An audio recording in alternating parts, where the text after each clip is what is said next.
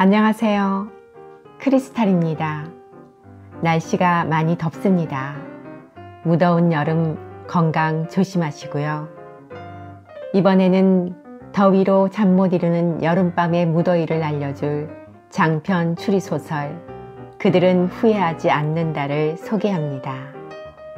그들은 후회하지 않는다는 김대헌 작가의 소설이며 모모북스에서 출간되었습니다. 이야기는 20년 전 세상을 떠들썩하게 했지만 미제로 남았던 노부부 연쇄 살인사건의 용의자로부터 살인의 흔적을 담은 택배가 배달되면서 시작되고 있습니다. 이제 이야기 속으로 들어가겠습니다.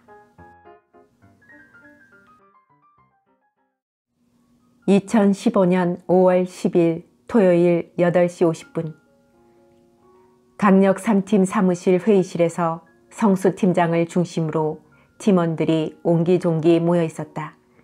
회의가 시작되지 않았지만 팀원들의 표정에서 비장함이 물씬 묻어났다. 성수 팀장이 도안에게 건네받은 인쇄물을 유심히 바라보다가 손목시계로 시간을 확인하며 말했다. 회의 시작하자. 네. 팀원들이 자세를 굳혀 앉았다. 성수 팀장이 숨을 크게 들이켜고 나서 말했다. 애석하게도 이번 사건은 우리가 담당하게 됐다. 서촌 살인사건을 재개하고 싶다고 말했는데 무슨 이유에서인지 안 된다고 하더라. 우리가 알 수 없는 큰 뜻이 있을 테니까 겸허히 받아들이도록 하자. 네, 알겠습니다. 팀원들이 불직은 목소리로 말했다. 수사법상 동식은 이 사건에서 제외된다. 다른 팀으로 지원 가든지 휴가 처리를 하든지 할 거야. 본인이 원하는 방법으로 최대한 도와줄 생각이다. 성수 팀장이 동식을 언급하자 팀원들의 표정이 일순간 어두워졌다. 성수 팀장이 팀원들의 표정을 살피고 나서 말을 차분하게 이어갔다. 미제 사건 팀에서 적극적으로 도와준다고 하니까 모르는 게 있으면 스스럼 없이 물어봐. 소포는 도안이가 정제시키는 대로 언론에 내보낼 거야. 한동안 제보 전화랑 이메일 때문에 골치 좀 아플 거다. 네. 팀원들이 힘없는 목소리로 대답했다. 회의 끝나면 우체국 가서 용의자랑 접촉했던 직원들 만나봐. 우체국이랑 주위 건물, 대로변 CCTV 모두 뒤져보고. 성수 팀장이 팀원 준우와 지원을 지목했다. 네, 알겠습니다. 지원과 준우가 대답했다. 그때 동식이 강력 3팀 사무실로 빠른 걸음으로 들어오는 것이 보였다. 제가 말하고 오겠습니다. 해철이 성수 팀장에게 손을 들었다. 그래. 성수 팀장이 고개를 끄덕였다. 해철이 회의실 바깥에서 영문을 알 수 없다는 표정으로 서 있는 동식에게 천천히 다가갔다. 동식아, 나가서 담배 한 대 좀 태우자. 왜요? 지금 회의 중인 거 아니에요? 동식이 의아한 표정으로 되물었다. 아니야. 팀장님이 지난 사건 때문에 화가 나서 애들한테 구사리 주고 있는 거야. 분위기 안 좋으니까 잠시 다녀오자. 그가 거짓말을 했다. 그러면 같이 혼나야 되는 거 아니에요? 쟤들은 시키는 대로 한 거잖아요. 동식이 회의실을 유심히 살폈다. 애들한테만 따로 하실 말씀이 있겠지. 고집 피우지 말고 어서. 해철이 동식의 어깨를 붙잡고 황소처럼 출입문으로 끌고 갔다. 동식은 의아한 눈빛으로 회의실을 여러 차례 뒤돌아봤다.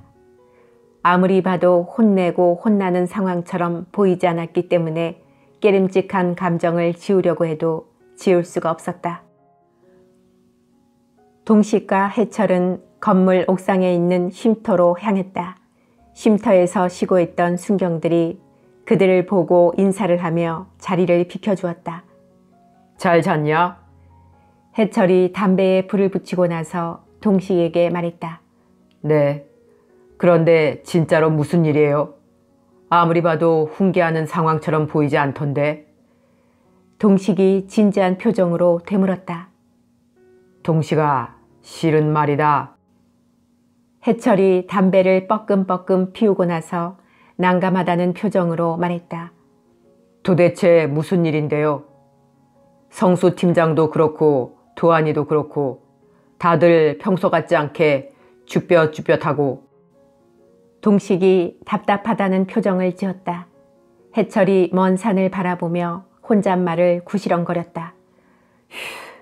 괜히 한다고 해가지고. 선배, 답답하니까 속 시원하게 말 좀 해보세요. 왕따 시키는 것도 아니고 어떤 상황인지는 알아야 할 것 아니에요? 동식이 언성을 높였다. 해철이 한숨을 푹푹 쉬고 나서 조심스레 운을 뗐다. 어젯밤에 우리 팀으로 소포 하나 온 거 알고 있지? 도안이가 가져왔을 때 너도 같이 있었다면서. 네, 제가 뜯으려다가 말았죠. 동식이 택배 상자를 떠올렸다. 해철이 차분하게 말을 이어나갔다. 내가 집으로 돌아가고 나서 도안이가 소포를 뜯어봤나 봐. 소포 안에는 폴라로이드 사진으로 구성된 앨범이랑 노트가 한 권 들어있었어. 그런데요? 동식이 입술을 매만지며 물었다. 도안이가 어찌된 영문인지 파악하려고 앨범이랑 노트를 이리저리 분석했나 봐. 그랬더니 말이다. 해철이 말하기 곤란하다는 표정으로 코를 매만졌다. 네, 그래서요? 동식이 그의 눈을 물끄러미 바라봤다. 도대체 뭐가 나왔는데요? 미제 사건 범인이 사건을 추억하기 위해서 사진을 찍은 것 같더라고. 혹시나 해서 여러 팀한테 자문을 구했더니 범인이 보낸 게 확실하다고 하더라. 해철이 동식의 시선을 회피하면서 말했다. 어떤 미제 사건이요? 동식의 눈이 휘둥그레졌다. 20년 전에 일어났던 노부부 연쇄살인 사건. 팀장이 사건 안 맡겠다고 했는데. 동식이 해철의 말을 끝까지 듣지 않고 출입문을 향해 달려나가기 시작했다. 동식아! 동식아! 정동식! 해철이 소리를 지르며 동식을 뒤쫓았다. 동식은 난다 긴다 하는 강력계 팀원들 중에서도 운동신경이 가장 뛰어나기로 유명했다. 계단을 내려가고 복도를 달리면 달릴수록 두 사람의 거리는 더더욱 벌어졌다. 그 시각 팀원들은 회의를 끝내고 자신의 자리로 흩어졌다. 지원과 준우는 우체국에 가기 위해 나갈 채비를 했고 도하는 언론에 내보낼 것들을 성수 팀장과 추려내고 있었다. 팀장님, 이 사진들은 빼는 게 낫겠죠? 도안이 흉기 사진을 가리키며 물었다. 그것들은 빼. 성수 팀장이 대답했다. 그때 동식이 강력 3팀 사무실 문을 세차게 열고 들어왔다. 쿵! 팀원들의 시선이 모두 그에게 쏠렸다. 김도환, 집중해서 계속해. 도안의 시선이 출입문으로 향하자 성수 팀장이 목소리를 깔고 말했다. 네, 죄송합니다. 도안이 어쩔 줄 모르는 표정으로 대답했다. 동식이 성수 팀장에게 다가와서 말했다. 팀장님, 저랑 단둘이 얘기 좀 하시죠. 나는 너랑 할 말이 없는데. 성수 팀장이 동식을 바라보지 않고 말했다. 하셔야 합니다. 동식의 목소리가 높아졌다. 그때 사무실로 해철이 달려왔다. 해철이한테 어디까지 들었는지 모르겠지만 내 생각은 매우 확고하다. 우리 팀이 사건 맡게 된 이상 너는 수사에 참여할 수 없다. 수사법상 불가능하다는 건 너도 잘 알고 있지. 그러니까 괜히 투정 부리지 마라. 성수 팀장의 시선이 동식의 눈에 머물렀다. 피해 안 가게 하겠습니다. 저도 수사할 수 있도록 해주십시오. 그가 물러서지 않고 말했다. 내가 수사에 참여하는 것 자체가 팀원에게 피해야. 다른 팀 지원해서 도와줄 거 아니면 휴가 쓰고 좀 쉬어. 성수 팀장이 강경하게 말했다. 아니요. 저는 이 사건 꼭 해야겠습니다. 동식이 말했다. 내가 이성적으로 행동한다고 하더라도 그게 공정한 수사로 이어질 것 같아. 그리고 만에 하나 내가 개입되어 있다는 게 언론에 밝혀지면 뒷감당은 어떻게 할 건데? 성수 팀장의 목소리가 한층 높아졌다. 제발 부탁드립니다. 동식이 간절하게 말했다. 안 되는 건 안 되는 거야. 사적인 것도 아니고 공적인 것 때문에 더 이상 불편해지지 말자. 동식아, 내 주위를 둘러봐. 너 하나 때문에 팀원들이 이렇게 눈치를 봐야겠어? 성수 팀장이 말했다. 동식이 고개를 돌려 팀원들의 표정을 한 사람 한 사람 살피기 시작했다. 도하는 고개를 숙이고 코를 매만졌고 준우와 지원은 머리를 극적이며 딴청을 피웠다. 이런데도 피해주는 게 아니야? 동식아, 제발 프로답게 행동해. 성수 팀장이 팀원들에게 더 이상 신경 쓰지 말고 각자 맡은 일을 하라는 제스처를 취했다. 다녀오겠습니다. 지원과 준우가 작은 목소리로 말하고 나서 사무실을 나섰다. 도하는 사진들을 이리저리 살폈고 해철은 자신의 자리에서 팀장과 동식의 대화를 엿들었다. 하루 이틀 생각할 시간을 줄 테니까 머리 좀 식히고 와. 지금 내가 여기 있으면 모두가 불편해. 성수 팀장이 말했다. 동식이 우두커니 서서 먼 산을 바라봤다. 말귀 못 알아들어? 수사 방해하지 말고 사무실에서 나가라고.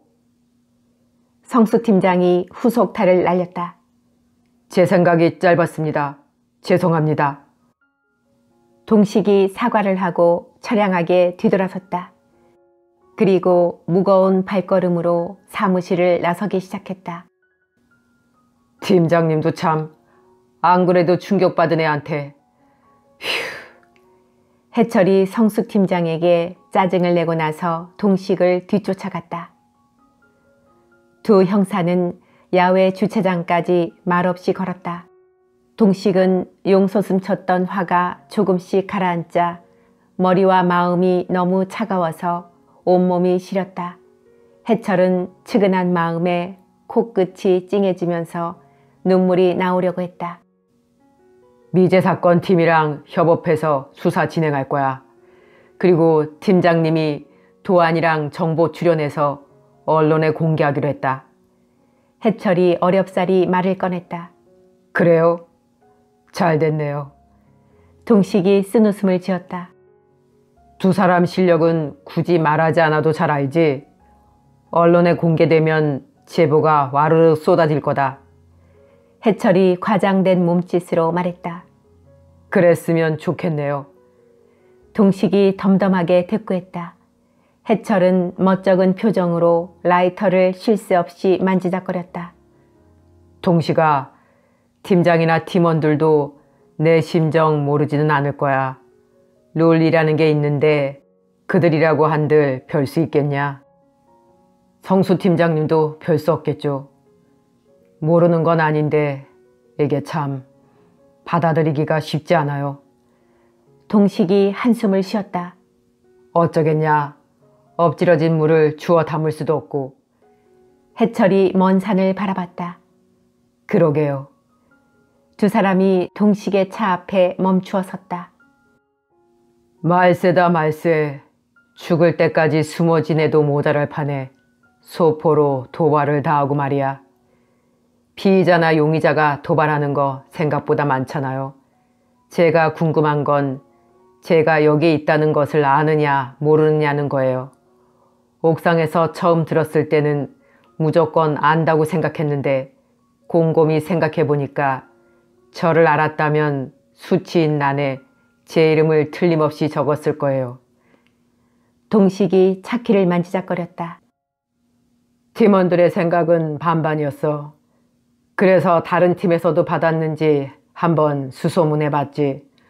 받았다면 불특정 다수에게 보낸 것일 테니까. 결과는 아무도 없었어. 물건은 우리만 받은 거야. 해철이 사람들의 시선을 피해서 담배에 불을 붙였다. 빌어먹을. 우연히 보낸 곳에 제가 있었을 확률도 높겠네요. 동식이 하늘을 바라보면서 말했다. 그렇지. 정말 역같은 상황이다. 해철이 담배를 뻐끔뻐끔 피웠다. 어떻게 생각하면 좋을지 모르겠어요. 언론에 보도되면 어머니도 아실 텐데 정말 돌아버리겠어요. 동식이 울 것 같은 표정으로 말했다. 언론에 보도되기 전에 사실대로 말씀드려. 많이 놀라시겠지만 어머니 나름대로 고민하고 아파하면서 해답을 찾으실 거야. 해철이 담배꽁초를 버리며 말했다. 그럴까요? 동식이 되물었다. 틀림없이 그럴 거다. 그리고 동식아, 나는 내가 다른 팀 지원 가는 것도 좋지만 이번 기회에 푹 쉬는 것도 나쁘지 않다고 본다. 너 유급 휴가도 꽤 쌓였지 않냐? 다른 사건 맡아봤자 집중도 안 될 테고 어머니랑 여행이라도 한동안 다녀오든지 해라. 해철이 동식의 표정을 살피며 진중하게 말했다. 우선은 하루 이틀 생각해 볼게요. 지금 당장은 아무것도 모르겠어요. 동식이 해철의 눈을 바라봤다. 그래, 잘 생각해봐. 나는 내가 어떠한 결정을 하든지 간에 존중하도록 노력하마. 해철이 동식의 어깨에 손을 올렸다. 고맙습니다. 동식이 말했다. 고맙긴 뭘. 해철이 겸연쩍은 표정을 지었다. 두 사람은 잠시 동안 아무런 말도 하지 않고 멍하니 하늘을 바라봤다. 선배, 저 이만 가볼게요. 집에 가서 청소라도 하면서 생각을 좀 정리해야겠어요. 동식이 잠시 동안의 침묵을 깼다. 그래, 엄한 대로 세지 말고. 해철이 애써 웃으며 말했다. 제가 무슨 비행 청소년입니까? 동식이 차키 버튼을 누르고 나서 곧바로 운전석에 올라탔다. 비행 청소년이면 천만다행이지. 도착하면 연락하고 밥 먹을 때도 연락하고 그냥 틈날 때마다 연락해라. 해철이 차창에 대고 말했다. 노력은 해볼게요. 어서 들어가세요. 동식이 시동을 걸고 차를 출발시켰다. 해철은 사무실로 곧바로 돌아가지 않고 동식의 차가 사라지는 것을 끝까지 지켜봤다. 머리가 너무 복잡해서 곧 미쳐버릴 것 같았다. 동식은 건물을 나서자마자 정화에게 곧바로 전화를 걸었다. 대면으로 말하는 것보다는 전화로 전달하는 것이 한결 수월하다고 생각했기 때문이다. 정화는 동식에게 자초지종을 다 듣고 나서도 별다른 반응을 보이지 않았다. 내면에서는 화라산이 격하게 불타올랐지만 티를 내면 안 된다고 생각했기 때문에 끝까지 냉정함을 유지했다. 두 사람은 수고하라는 상투적인 대화로 전화를 끊었다. 서로의 마음을 아주 잘 알았기 때문에 도리어 해줄 수 있는 말이 그다지 많지 않았다. 2015년 5월 10일 토요일 18시 5분 민희는 민기의 연락을 받고 종로 3가로 향했다. 주말이었기 때문에 광화문 일대는 수많은 인파와 차로 북새통이었다. 그녀는 인사동 입구에 있는 호텔 주차장에 차를 주차하고 쌈짓길을 걷기 시작했다. 길거리에는 전시회를 관람하고 나오는 이들과 한국의 전통적인 것을 담으려는 외국인들로 넘쳐났다. 그녀는 낙원상가 교차로 쪽으로 방향을 틀면서 민기에게 전화를 걸었다. 나 이제 곧 도착이야. 그래, 너 보인다. 민기가 멀지 않은 곳에서 그녀를 향해 손을 흔들었다. 그의 곁에 리원이 경직된 자세로 서 있었다. 민희가 좌우를 살피고 나서 신호등을 건넜다. 기다리게 하지 말고 제발 일찍 좀 다녀. 민기가 여동생을 보자마자 짜증 섞인 목소리로 말했다. 나 안 늦었는데? 민희가 어이없다는 투로 맞받아쳤다. 안 늦기는 6시에 만나기로 했는데. 민기가 시계를 확인하고 눈을 부라렸다. 민희가 리원에게 목례를 하고 목소리를 낮추며 말했다. 오빠가 여기서 보자고 정확히 말한 것도 아니잖아.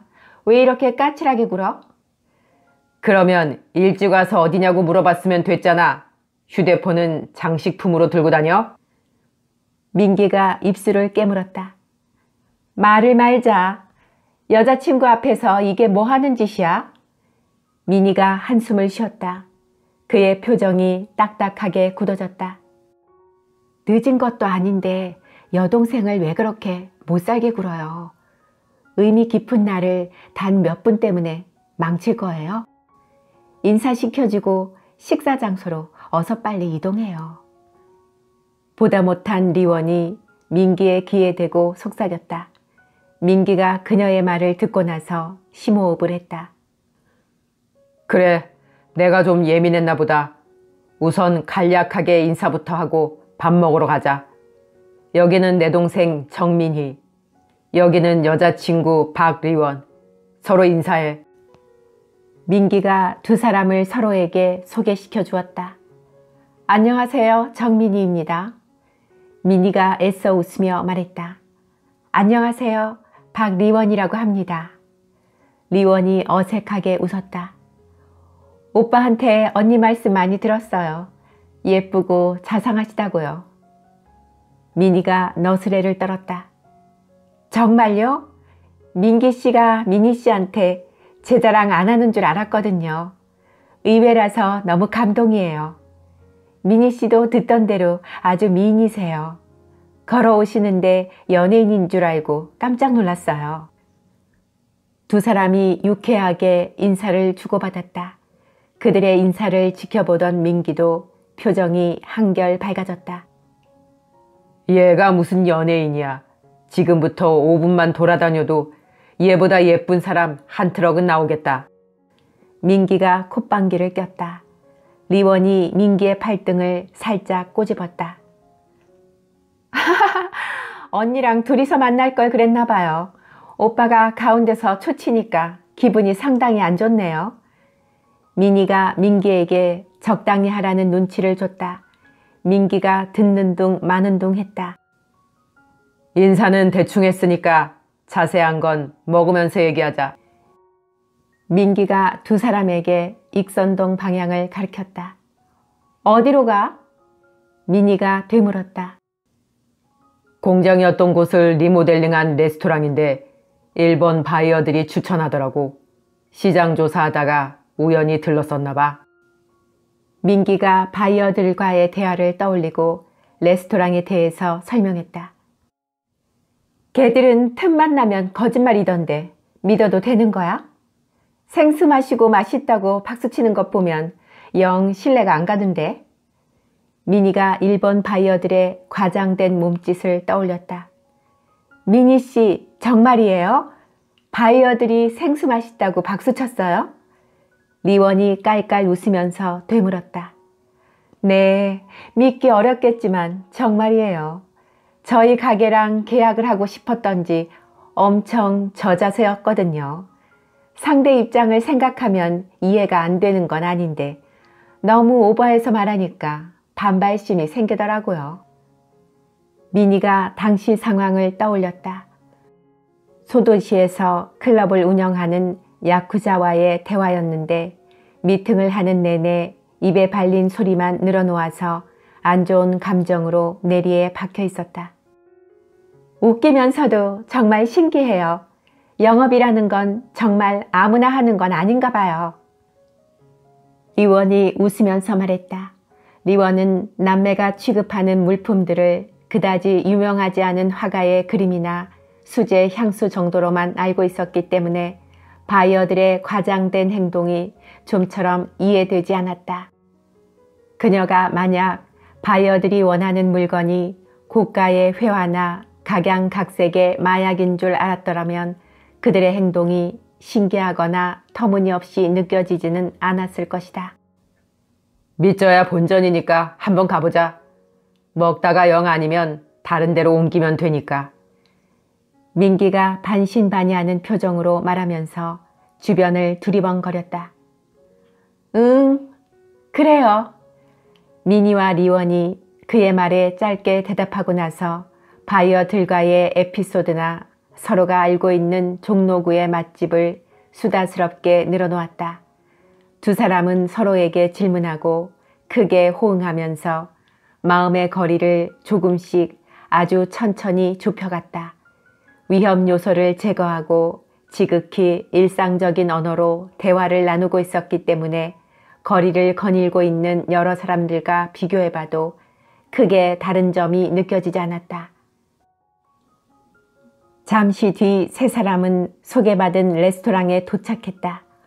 오래된 구두 공장을 수리해서 만든 가게였는데 낙후된 외부의 모습과는 다르게 내부는 아주 모던하게 구성되어 있었다. 모든 탁자가 4인용으로 배치되어 있었고 조명은 적절한 밝기로 실내를 비추고 있었다. 키친 일부분이 카페테리아 바처럼 오픈되어 있었기 때문에 시원한 느낌도 물씬 났다. 사람이 생각보다 엄청 많네. 민기가 웨이터를 부르면서 말했다. 그러게, 생각했던 것보다는 가게 분위기가 괜찮네. 미니가 가게 내부를 꼼꼼히 살펴보면서 말했다. 방금 찾아봤는데 사장님의 센스가 좋다는 평이 엄청 많아요. 맛도 나쁜 편은 아닌가 봐요. 미니 씨, 이것 봐요. 여기 사장님이 성수동에서도 카페를 운영하나 본데요. 리원이 미니에게 검색한 것들을 보여주었다. 예쁘다. 여기는 언니랑 나랑 둘이서만 가는 게 어때요? 미니가 민기에게 들리도록 말했다. 그럴까요? 민기 씨 흉보면서 맛있는 거 먹어요. 저는 정말 언제라도 좋으니까 편할 때 스스럼 없이 불러줘요. 리원이 웃으면서 말했다. 그때 웨이터가 세 사람을 확인하고 나서 빠른 걸음으로 다가왔다. 예약하셨어요? 네, 18시 30분에 정민규로 예약했습니다. 민기가 말했다. 웨이터가 휴대폰으로 예약자 명을 확인하고 나서 세 사람을 빈자리로 안내했다. 확인됐습니다. 이쪽으로 오시죠. 미니야, 리원아, 가자. 민기가 오른손으로 방향을 가리켰다. 두 사람이 민기의 뒤를 따라서 움직였다. 그들의 자리는 가게 가장자리에 위치하고 있었다. 세 사람은 메뉴판을 꼼꼼히 살펴본 뒤에 디너 정식 코스 3개와 화이트 와인 1병을 주문했다. 웨이터가 주문서에 주문받은 메뉴를 부지런히 받았었다. 그러면 미니 씨는 브랜드 향수는 쓰지 않고 직접 만드신 것만 사용하는 거예요? 리원이 음식을 기다리면서 물었다. 쓰지는 않지만 새 제품이 나오면 구매는 해요. 인기 있는 건 그만한 이유가 있는 법이잖아요. 연구하면서 새로운 걸 만들어 보는 거죠. 솔직히 말하면 판매하는 것 중에서 카피한 제품도 꽤 있어요. 미니가 물을 한 모금 마시고 나서 말했다. 어느 분야든 모방은 있기 마련이잖아요. 그러면 지금 사용하고 계신 건 어떤 거예요? 향기가 너무 좋아서 처음 뵀을 때부터 너무 궁금했어요. 리원이 눈을 크게 뜨고 물어봤다. 민기는 그녀의 옆에서 잠자코 지켜봤다. 장미, 화이트 머스크, 아이리스 향을 섞어서 만든 거예요. 제가 장미 향을 너무 좋아하거든요. 거의 집착 수준이에요. 어릴 때부터 그랬던 것 같아요. 미니가 상기된 얼굴로 대답했다. 개코야, 개코. 안 그래도 냄새에 민감한 애가 특정 향기를 좋아하니까 얼마나 피곤했겠어. 어딜 가나 민폐였다니까. 민기가 그녀와의 추억을 회상하며 고개를 좌우로 세차게 흔들었다. 어떤 에피소드가 있어요? 몇 가지만 말해주세요. 리원이 웃는 얼굴로 물었다. 민기가 섣불리 말하지 않고 그녀의 눈치를 보자 민희가 얘기해도 좋다는 의미로 고개를 끄덕였다. 하나만 말하자면 집 근처에 꽃집이 하나 있었는데 얘가 꽃향기를 맡는다고 하루 종일 죽치고 앉아서 사장님을 피곤하게 하는 거야. 사장님 눈에는 어린애가 꽃에 관심이 많으니까 귀엽게 보였겠지.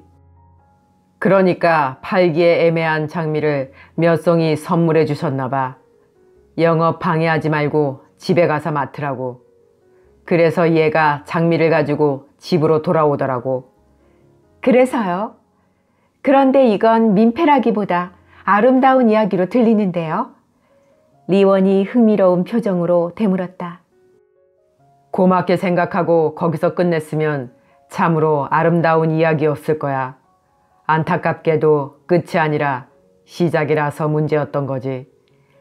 민기가 그때를 떠올리면서 아연 실색했다. 설마 매일 가셨던 거예요? 리원이 민희를 바라보며 물었다. 응. 얘가 장미를 받으려고 틈날 때마다 가게를 찾아간 거야. 어쩔 때는 아는 여동생도 몇몇 데리고 말이야. 사장님은 호의를 한번 잘못 베풀어서 무지막지하게 피해를 보신 거지. 어때? 이 정도면 민폐 중에 왕민폐 아니야? 민기가 민희를 향해 두 손을 들면서 말했다. 사장님도 별 문제가 없으니까 좋겠지. 그걸 억지로 줬겠어? 언니 안 그래요? 민희가 리원을 바라보면서 되물었다. 저도 그렇게 생각해요. 줄만 하니까 준 게 아닐까요? 민희 씨처럼 예쁜 소녀가 가게에 매일 찾아온다면 저라도 선물하지 않고는 못 베길 거예요. 리원이 웃으며 대답했다. 그러니까 그게 민폐인 거야. 민기가 어이없다는 듯이 웃었다. 민폐라뇨. 아름다운 이야기를 억지로 망치지 말아요. 리원이 강하게 부정했다. 역시 상황을 제대로 볼 줄 아시네요. 언니, 제가 다음에 향수 하나 선물해 드릴게요. 언니한테 너무 잘 어울릴 것 같아요. 민희가 활짝 웃으며 리원의 손을 잡았다. 정말요? 어떤 향수일지 너무 기대돼요. 저도 뭔가를 준비해야 할 것 같은데 오빠랑 상의 한번 해볼게요. 리원이 민희의 손을 맞잡으며 너스레를 떨었다. 그때 종업원이 주문한 음식들을 차례로 들고 왔다. 고급스러운 접시에 요리들이 정갈하게 담겨 있어서 보는 것만으로도 입안에 군침이 돌았다. 와, 정말 맛있겠다. 세 사람이 이구동성으로 말했다. 민기가 화이트 와인을 서로의 잔에 따르면서 흐뭇한 미소를 지었다. 오랜 친구처럼 지내기는 힘들지라도 최대한 자주 만나면서 서로의 안부를 물었으면 좋겠다. 그럼요. 제가 틈날 때마다 연락할 거예요. 리원이 휴대폰으로 음식들을 찍으면서 말했다. 저도요. 제가 귀찮게 굴더라도 너무 미워하지 마세요. 민희가 와인잔을 만지작거리며 말했다. 세 사람의 행복을 위해서 건배하자. 민기가 와인잔을 들면서 말했다. 리원이 사진을 다 찍고 나서 와인잔을 황급히 들어올렸다. 민희도 두 사람의 높이에 맞춰서 잔을 들어올렸다. 세 사람의 사랑과 우정, 행복과 번성을 위해서 건배, 건배. 세 사람이 와인잔을 부딪히고 나서 술을 천천히 들이켰다. 그들은 음식과 와인을 마시면서 늦게까지 수다를 떨었다. 취미, 음식, 예술, 정치, 여행에 이르기까지 주제가 매우 다양했다. 세 사람 모두 자신의 기호가 매우 뚜렷했기 때문에 이야기는 끝이질 않고 술술 흘러나왔다. 시간이 가면 갈수록 분위기는 농익었고 그들은 꽤 취해가고 있었다. 민희 씨는 신을 믿으시나요? 오빠 말로는 두 분 다 교회에 다니다가 가지 않게 되었다고 하던데요. 리원이 혀가 꼬인 목소리로 물었다. 지금은 다니지 않고요. 어릴 때 잠시 다녔어요. 글쎄요. 신의 존재를 부정하는 건 아닌데 믿을 만한 존재인가는 잘 모르겠어요. 민희 또한 혀가 꼬인 목소리로 대답했다. 저는 어릴 때부터 교회에 다니고 있어요. 신앙심이 매우 깊지는 않지만 없지도 않아요. 그래서 주님을 좋은 분이라고 생각해요. 민희 씨가 왜 그렇게 생각하게 되었는지 물어봐도 괜찮을까요? 리원이 와인을 들이켜고 나서 되물었다. 교회에 다닐 때만큼은 얼마간의 신앙심이 있었던 것 같아요. 그런데 여러 가지 일을 겪으면서 점차 안 믿게 됐어요. 그가 세상을 창조한 건 맞지만 창조 이후에는 더 이상 활동하지 않는다는 기분이 들더라고요. 그것을 철학에서는 유명론이라고 하더라고요. 민희가 골똘히 생각한 뒤에 말했다. 무슨 일이 있었던 거예요? 리원이 민희의 눈을 물끄러미 바라보면서 되물었다. 민기가 민희에게 더 이상 얘기하지 말라고 눈치를 줬다. 자질구레한 일들이 꽤 있었어요. 그 중에는 목회자와 관련된 일도 있었죠.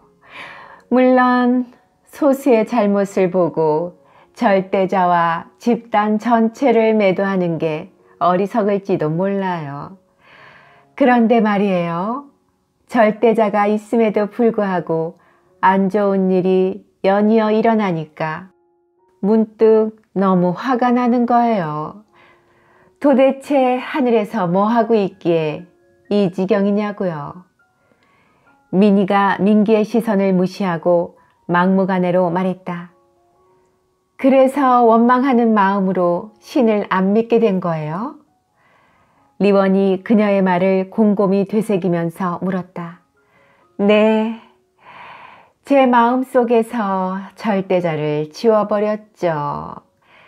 그러니까 얼마간은 화가 가라앉더라고요. 이내 다시 터지고 말았지만요. 민희가 배시시 웃으면서 대답했다. 그러고 나서 지나가는 웨이터에게 화이트 와인 한 병을 추가로 주문했다.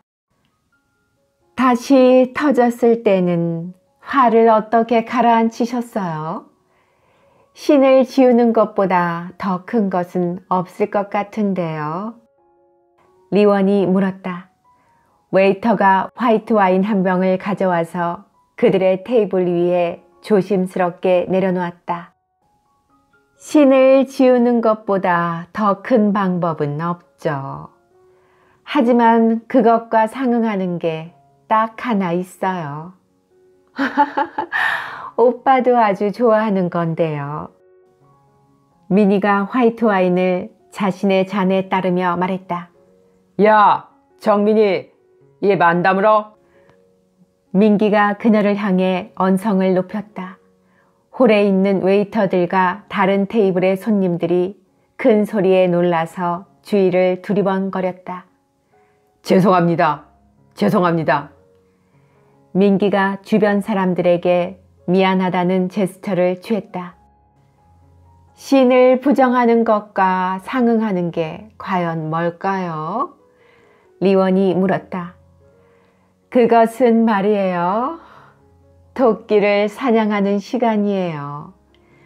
민희가 배시시 웃으면서 말했다. 토끼를 사냥하는 시간이요? 리원이 영문을 알 수 없다는 표정으로 되물었다. 한 마리의 토끼가 사람을 구원하는 게 아니라 토끼를 사냥하고 준비하는 시간이 커다란 행복과 만족을 준다. 뭐 그런 거예요. 민희가 와인잔을 들이켜고 나서 말했다. 아, 메시지 자체는 완전히 이해됐어요. 그러면 두 분에게 있어 토끼는 무엇이고 사냥은 무엇인지 말씀해 주시겠어요? 리원이 미니의 빈잔에 화이트 와인을 곧바로 채워 넣었다. 토끼는 사람이고요. 사냥은 팍팍 팍팍. 미니가 손으로 무엇인가를 박는 신용을 하면서 큰 소리로 웃었다. 미니야, 아무리 취했어도 말 좀 가려가면서 하자. 참다 못한 민기가 눈을 부라리면서 말했다. 오빠, 나 하나도 안 취했어. 취했다고 하더라도 공과 사는 엄연히 구분하니까 어린애 취급하지 마. 미니가 민기를 향해 눈을 부라리며 한 글자 한 글자 또박또박 말했다. 화라산이 금방이라도 터질 것 같은 분위기가 이어졌다. 그때 민기의 휴대폰으로 최 사장의 전화가 걸려왔다. 전화 안 받아도 돼요? 민기가 최 사장의 이름을 확인하고도 전화를 받지 않자 리원이 걱정하는 표정으로 물었다. 나중에 해도 돼. 민기가 통화 거절 버튼을 누르자마자 곧바로 전화벨이 다시 울렸다. 뭔 일이 있는 것 같으니까 짧게라도 하고 와요. 미니 씨한테 더 이상 곤란한 질문 하지 않을게요. 리원이 걱정하는 표정으로 말했다.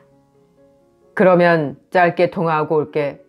무겁고 진중한 얘기만 하지 말고 가벼운 얘기 좀 하면서 분위기 좀 업시켜봐.